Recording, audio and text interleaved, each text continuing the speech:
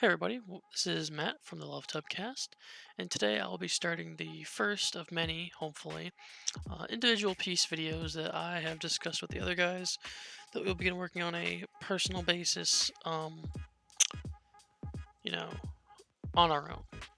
So, in between the times that we aren't recording together on the Sundays, because we set our times for Sundays, and sometimes, we haven't been getting on top of that. So, we will be working on, in our own free time, whenever we feel like it, individual piece videos.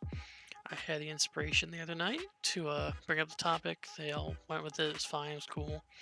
So I went ahead and did the one that I was, most ready to write about, most ready to discuss, which was the French capability before World War II. Now, obviously, it's not gonna be like this all the time. It's not necessarily gonna be political or historical based. Sometimes it could be about games or movies or music, or just something that happens in the day that I think is interesting or don't want to talk about.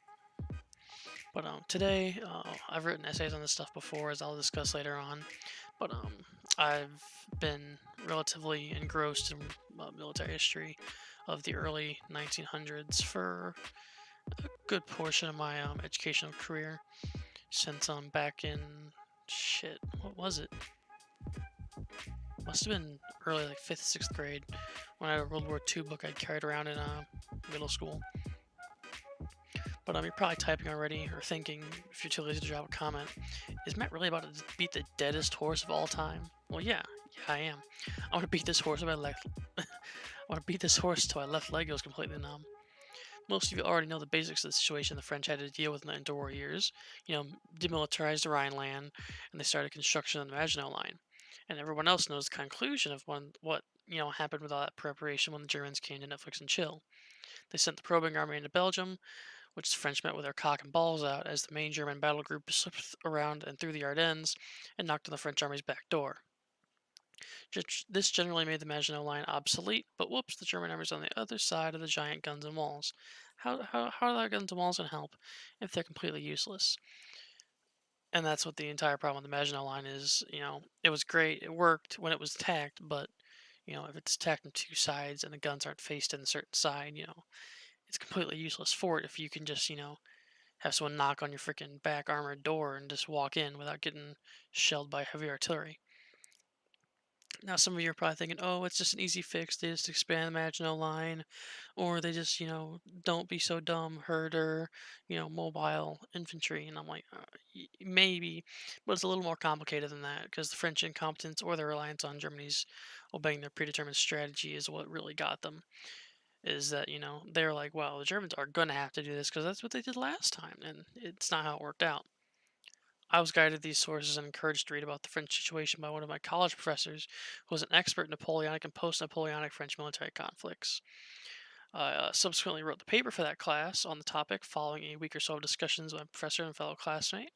And after reviewing my five-page paper, which I dug out of my plastic bin over there in my dorm room, and the relevant sources, which I also used to help write this. In the paper, I'll be dishing out the hard facts of the French situation pre World War II. It's not obviously everything. There's political stuff's left out and all that stuff. Alliances, where those were left out mostly.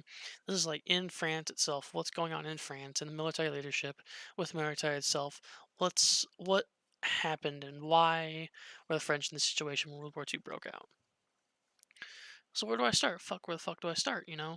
With all this stuff that I got to talk about, I could discuss the battle doctrine the French had, their hesitance and failure to develop efficient numerous tank designs, their flawed plan for mobilization, or their tactical disadvantage in reference to their resources. So I guess I'll go in that order. It's just that easy. We'll go in that order. The French dictated their training exercise and unit compositions in 1936 or around the time of the war, based on the First World War. In the First World War, it was, um, stand in trenches, fire artillery, and then go over no man's land once enough artillery has been fired. And that's what they call the methodical battle. It's, the safest, mostly, the slowest by far, and also, in terms of lives, the most efficient in terms of, armaments and industrial power. It's probably not the most efficient, but it's definitely least efficient in most aspects. So the methodical battle, dictated that artillery batteries, would lay down fire and clear out massive enemy positions and bunkers before the infantry and infantry supporting tanks and vehicles pushed the short way, into those positions before the artillery had to be packed up and redeployed. This obviously meant you're going to fire several 100,000 pounds or tons of freaking artillery for like half a day, move your troops a few kilometers, and then, wait and slog around while your artillery moves. And that's what it was. They had moved to like the edge or close to the edge of their range of their artillery, and they'd just wait. Artillery would pack up and catch up. The doctrine was clearly illustrated in the 1936 manuals and regulations of the time. If you go back and check those, it'll clearly show that this was generally what generals thought they should be doing, or the high command thought that generals should be doing. And this severely, and I can definitely cannot overstate this enough, hampered the mobility of the French armies. Um, Colonel MNG Alexander from the French army stated that displacing from a 155 millimeter battery position required 1.5 to 2.5 hours under average conditions, but could require as many as 10 hours. Similarly, getting the battery into new firing position usually required 2 hours, but could also range from 8 to 10. That leaves a strong gap of time for advancement and artillery support of frontline troops that, it's either cut in half or it's not there if they move all the artillery. So you either don't have any artillery or you have less artillery support for at minimum 3.5 hours, or all the way to a whole day. Imagine being out there on the battlefield and you just don't have any support from artillery for the whole day. You're getting shelled back, you're getting trampled by tanks and troops that are trying to retake that position. It's a mess. He also noted that heavier batteries could take extensively longer, but the French also did prefer the 75 millimeter battery because the shells weighed less and could be fired in half the time, as well as they had been proving their usefulness back in World War One. Nevertheless, it still took several hours, even with France's fastest motorized artillery clocking at about 1.2 hours to displace and fire, and then to reposition artillery to continue the advance. Numerous things could happen in that time span, as I've already mentioned. One of the suggestions from other military leaders that I, was included in researching because he had us compare France and Russia at the time, their military strategies, was the Soviets had the recent civil war against the whites and the reds, and they had not done any trench combat. They decided it's going to be all about mobility. It's all about tanks, moving, everything. So that's what they did, and at the pinnacle of that early before World War II time, Russia boasted an operational capacity of over at and about over 100 kilometers before they had to halt the advance for resupplies and moving their artillery. So that's pretty impressive because I can assume the French would only be able to move like a fraction of that in their time before they have to reassemble their artillery. So the French's inability to move past the stalemate, yeah, but essential victory of World War One clouded their judgment and allowed them to believe that the next war would play out the exact same way. They'd be able to win the right way this time. They thought, "Wow, it's the best way to win the war is we did it last time. We dug the trenches, we fired the artillery. That's how it's going to be this time. But we're going to plan correctly this time. We're going to do it right this time." And the French really just love throwing bodies at gunfire. All right, continuing on. The next capability restriction or damaging thing that hurt the French during the war or before the war, well, before and during the war, honestly, is their it's not quite as complicated or as in depth as the last one was because you got to think about all the doctrine and how they compared to other militaries and how that was hurting them and all the statistics for time packing the artillery and whatever. No, this one's just it's simple tanks. When they hit the fields of France in World War One, they were groundbreaking, but only played a limited part in the end of the war. This also ties back to the methodical battle, as I said earlier, because the French only saw tanks as infantry supporting vehicles. They didn't believe that tanks could operate effectively independent of foot soldiers, and we all know how the Germans thought about that one. This restricted the French tank designers to smaller and more mobile vehicles that could only keep up with support infantry to assault heavily defended positions. So they're more mobile in comparison to the ones from World War One, but not as mobile as the ones compared to the ones the Germans fielded against the French in the war. These ones had significantly more armor and slightly bigger guns than the Panzer One and Twos that the Germans fielded. Um, They based their designs generally around the FT-17 from the First World War, which they had several thousand following the war. So they definitely fielded probably a few FT-17s at the onstart of the Second World War. But they started developing the B and D tank lines. I'll put images of a few of those tanks up now, which would essentially fill the same role, but would try to improve on the FT-17 and combat any of the issues it had. These tanks definitely weren't as fast, but as I'd previously mentioned, they have much better sized cannons and tons of armor. That to the point where the Panzers would have to probably go around the back ends of the tanks to pierce their armor, as the Panzer one and twos only had like 20 millimeter auto cannons that wouldn't be able to pierce thick like 30 to 40 millimeter armor. All right. Moving on to the next section is the fun part, the mobilization, the whole military theory we got going on here, whatever it was. So this is what the French decided to do. They decided to throw it back far, big throwback Thursday here, to the Napoleonic era of mobilization. The French leaders had a very interesting plan for peacetime defense and early war mobilization. Essentially, all men of conscription age were required to take a year or so of military training and then go back and await being called up for mobilization in event of a war. France's defenses were essentially made bare bones, and the major state professional army would be split up upon mobilization to even out divisions with veterans and recruits. A divisions, which are like the frontline divisions, would be 75% veterans. B divisions would be about 50-50 veterans and recruits, and C divisions would be the rear guard, and those would consist of about 25 to 10% veterans. This damaged the compatibility of mobilized French divisions because veterans had to deal with not only more incoming recruits that they had to, get to know and train on their own, like as part of the division, all that kind of stuff. But also, you split up the well meshed divisions. Unit cohesion has improved time and time again to be one of the major contributing factors to combat effectiveness. So, French military experts estimated that mobilizing all of France's non essential personnel, people who weren't like public servants or politicians, would take about a month, give or take, um, with their setup and plan. So, the problem here is clear. The French are relying on the professional divisions that they're going to be pulling from the front line and tearing apart to hold off the Germans for a whole month while being cycled to the rear and split up apart and filled with fresh recruits until the French could bring their, a couple million army of fucking mailmen and, milk drinkers and bread bakers to the front lines. So it wasn't going to go well for them, You know,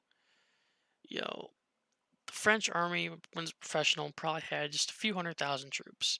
That was obviously, larger than the Versailles Treaty would allow for the Germans. But, we all know the Germans broke that shit fast. And the Germans trained for longer and they were professional troops. These guys, you're just handing in a gun to Joe next door, telling him how ducking for cover works, and, pushing him in front of a 20 millimeter autocannon from a Panzer One. It just ain't it, Chief.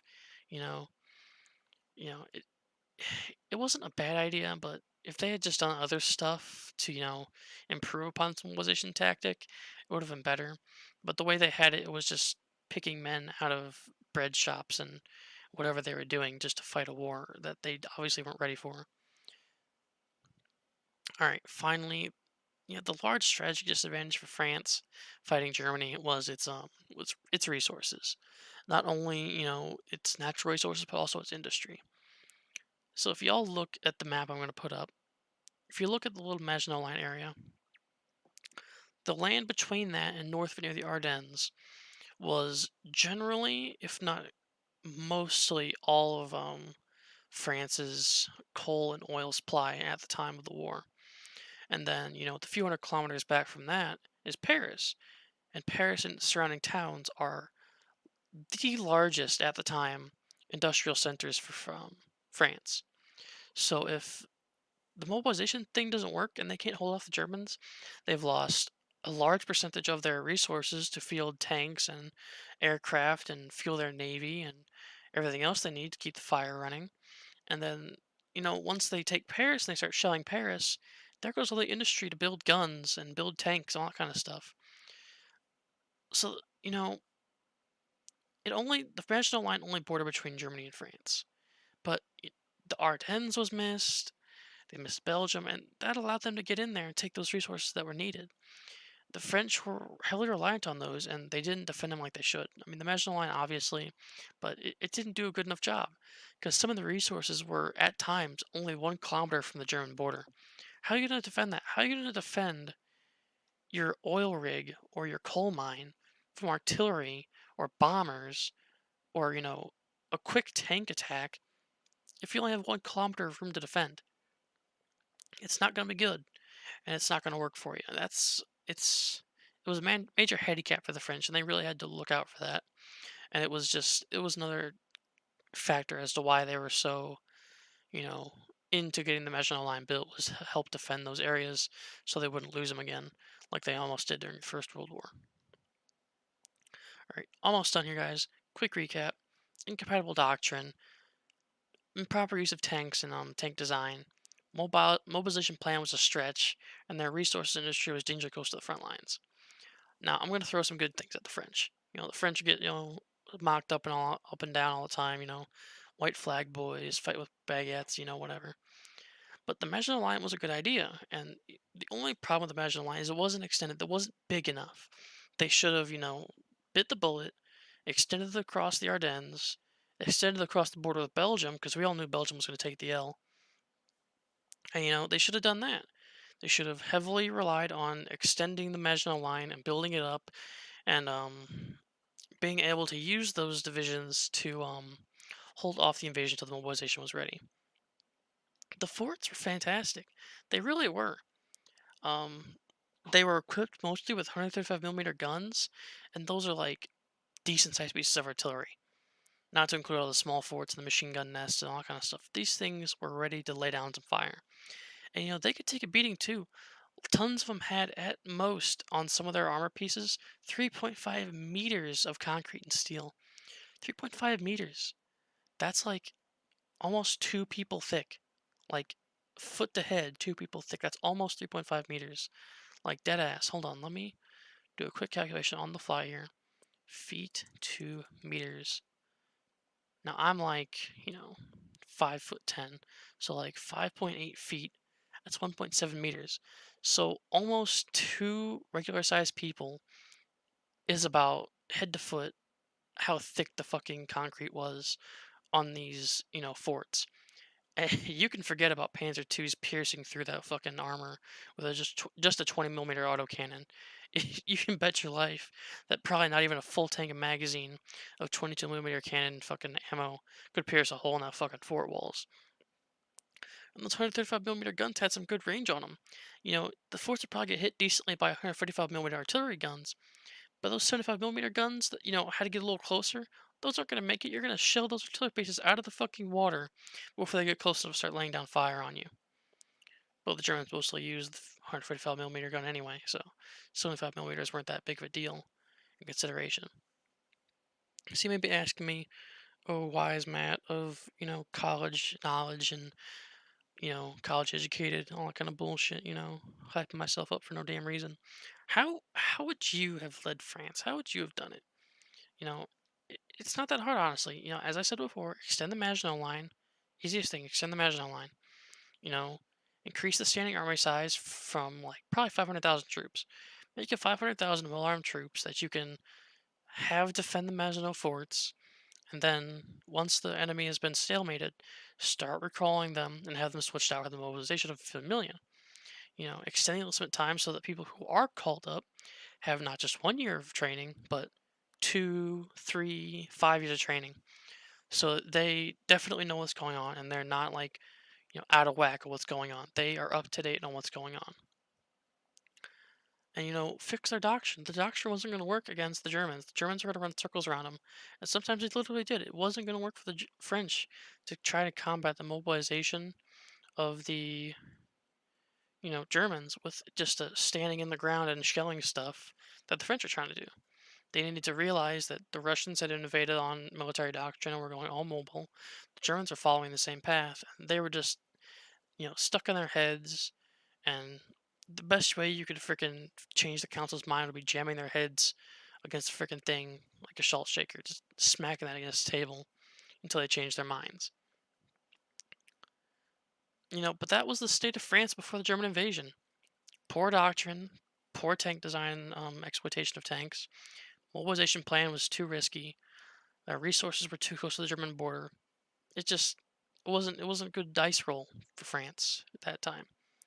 You know, they should have invaded Germany as soon as Hitler invaded Poland. I don't know why anybody thought that it was a good idea for them to invade Poland, wait 6 months to a year, whenever it was, I forget the times, and then let Germany invade through Belgium. Like, war was declared. You could have went in when the German forces on your French border were at a very minimum. When the Germans were trying to race through Poland and try to beat the Russians on a land grab thing. You definitely could have pushed in there. And that would have offset the Germans because then they got to fight a defensive war and then they got to fight back. That gives you more time and more leverage and more inertia with your military strategy to mobilize the army, get them trained, get them occupying areas that have been, it just works better to be on the offensive in that time when the Germans are on their back foot while invading Poland. But that's it. I'm gonna stop talking now. This has been Matt with the Love Tubcast, and this has been the first individual piece French capability before